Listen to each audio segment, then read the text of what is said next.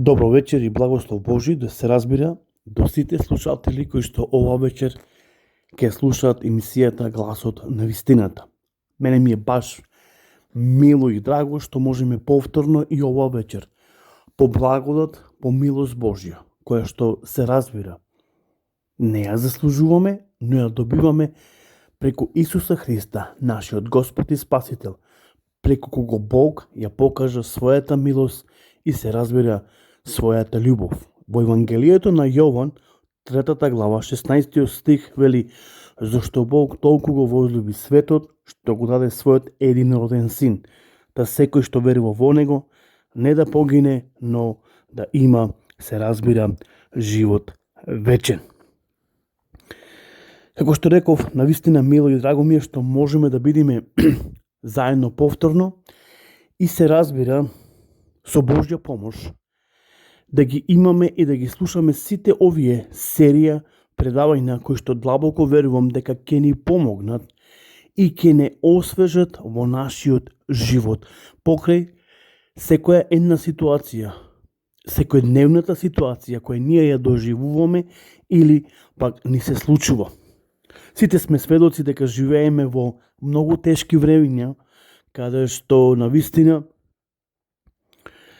едноставно размислуваме дека или доаѓаме до размислување дека стварно повеќе нема излез, дека времето доаѓа и дека времињата стануваат се потешки и потешки за нашиот живот. Но ова вечер Господ сака навистина да не благослови, едноставно да не инспирира преку Светиот Дух, да не освежи преку Светиот Дух и да ни даде еден нов мотив, нова надеж и нов чекор и нова страница во нашиот живот. Како што рековме и минатите вечери, реков имаме серија предавања каде што можеме или пак можевме да видиме дека имаме право, без разлика на целокупната ситуација која што ни се случува, дека ние имаме право, и не само ние, туку и нашите деца, да сонуваат за едно подобро утро, за една подобра иднина. Но кога зборуваме за овие две нешта, клучни нешта, кои што се водилка во нашиот живот, тогаш мораме да се осврниме на Светото Писмо. Мораме да се осврниме и да погледниме на самиот Творец кој го создаде небото и земјата. Библијата вели дека Бог е тој кој го создаде небото и земјата и ја создаде иднината на човекот. И тој може да создаде едно многу подобро утро и подобра иднина за сите нас. Иако може би размислувавме пред само неколку години, само пред некое време, дека може би во една од европските земји има една подобра иднина, едно подобро утро. Но сега доаѓаме до заклучок дека веќе и таму нема подобро утро и дека нема иднина. Заради целокупната ситуација, зборувам за економската ситуација која го обкружува или го опфати целиот свет. Ние видовме во претходните емисии, претходните месеци, како Библијата зборува дека едно зло помина, сега доаѓа и второ, и трето, и така натаму. Затоа што Библијата вели дека небото и земјата ќе поминат, но зборовите Божи нема да помина, се разбира, додека се не се исполни. И затоа оваа вечер е најдобрата работа да нашата надеж за подобро утро да ја ставиме во Божи раце, затоа што тој најдобро ја знае иднината на нашиот живот и на животите на нашите деца и на нашите семејства. Така да, реков, може би сме разочарани, окупирани, притиснати од работите кои што ни се случуваат. Безнадежни, размислуваме дека веќе нема смисла, затоа што работите едноставно излегува надвор од контрола. И затоа сите сме ние заедно свесни дека работите се излезени надвор од контрола и сме безнадежни, размислувајќи дека повеќе нема назад. Ситуацијата во која што се наоѓаме секојдневно станува од тешка по тешка. Почитувани слушатели, Зато ни е потребен Бог. Зато и тој е тука, за да ни обезбеди и не само да ни обезбеди. Библијата, зборот Божи ни ветува дека Божите ветува и на се да и амин. И тој ни вети дека со него само можеме да имаме едно подобро утро и подобра иднина.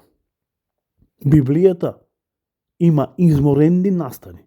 Се разбира, ако го читаме Светото Писмо, ќе ги видиме сите тие настани кои се запишани во Библијата, како Бог на својот народ, на своите деца, им ветува и не само што им ветува, им дава подобро утро. Исто така, писателот на Евреите зборува дека Бог не се менува. Ако Бог во старо време на својот народ им дава на своите деца подобро утро, подобра иднина, ја верувам дека тој истиот Бог, кој го твори небото и земјата, е меѓу нас присутен, знаејќи целокупната ситуација во која што ние се наоѓаме. Само една работа да рачистиме, почитувани слушатели.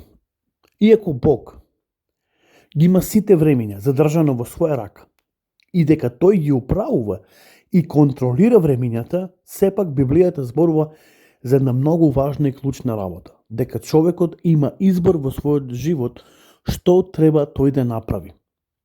Бог не се меша во изборот на човекот. Тој го почитува изборот, меѓутоа почитувани. Секој наш избор во нашиот живот има и свој или носи свој последици. Она што денеска ни се случува, сакам да кажам, дека Бог не е фактор на сите овие нешта. Сите заедно сме свесни дека човекот е главен фактор за она што денеска ни се случува. Поминуваме веќе од прилика 3 години во многу тешки ситуации, каде сите тие ситуации го притискаат, го окупираат, ни даваат една посебна разочараност во нашето срце, затоа што размислувајќи, и не само размислувајќи, доајќи до заклучок дека ние немаме подобра иднина. Нема подобро утро за нас. Затоа е важно да разбериме дека само во Бог имаме едно подобро утро. Се разбира, ако ние му веруваме Него. Библијата вели дека имаме право да сонуваме за едно подобро, се разбира, утро. Тоа е многу важно и клучно за сите нас. Така да јас сакам да земам некои примери кои што можеби доста ви се познати, се разбира, но сакам како што и минатите служби кажав дека имаме доста поставени прашања. Ке има ли подобро утро? Ке има ли крај на сето ова? Зошто баш вака се случува? Зошто не е поинаку? Ке има ли крај на сета ова агонија кој го обкружува целиот свет за рок од 3 години? Пандемија, коронавирус и сега доаѓаме до една многу тешка економска ситуација, каде што цените вкупно за се заминаа надвор дури од небото. Но Библијата ни дава, рекове, и таа е изворена, и таа е инспирирана со силата на Духот Свети. Сите многу добро знаеме, барем оние кои што го читаме писмото, Светото Писмо зборувам, Библијата, како евреите стигнаа до Египет и да станаат робови на Египет. Но исто така, многу добро знаеме се што Бог направи за да тие имаат подобра иднина и да сонуваат за едно подобро утро. Бог на Аврам, на нивниот прататко, им ја вети хананската земја. Земјата во која течеше мед и млеко, во која што ќе имаат евреите подобро утро и подобра иднина. Но додека тие беа во Египет, сонуваа за овие ветувања кои Бог му ги даде на Аврам и размислуваа кога ќе дојде тоа време за тоа подобро утро. Еве што ни вели Библијата. А по многу време умре египетскиот цар, а синовите Израелеви уште овкаа од маките и викаа: Пискотот нивни од тешките маки стигна до Бог. И Бог го слушна нивното овкање. И се сети Бог на заветот свој со Аврам, Исак и Јаков. И Бог погледна на синовите израелски и се смили над нив. Бог виде и Бог слушна за се она што се случува во Египет. Како народот Божи страда, како народот Божи се наоѓа во една многу тешка агонија, во едно многу тешко време во кое што тие живеа, се разбира, како робови. Библијата вели дека евреите робуваа и живеа во Египет 430 години. Почитуване. Замислете си.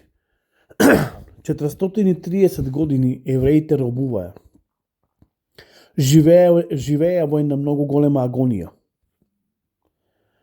Каде што можеби секојдневно покрај тоа што им се случуваше, размислуваја дали ќе има подобро утро. Иако беа разочарани, изнемоштени, натоварени, меѓутоа имаа право да размислуваат и да сонуваат за подобро утро. Дека ако не тие, нивните деца ќе доживеат или ќе живеат едно подобро утро. И кога ќе читаме Библијата, ќе откриеме како жестокото срце на фараонот го пушти народот Божи. Се разбира дека тоа ќе можеме да го видиме во наредната емисијата насловена се разбира како глас на вистината. Затоа дотоаш имајте на убава вечер. Се надевам дека сите овие емисии ќе послужат пред се за слава Божја, а за наше подобро утро и подобра иднина. Господ со вас нека биде. Бог нека ве благослови. Пријатна ноќ.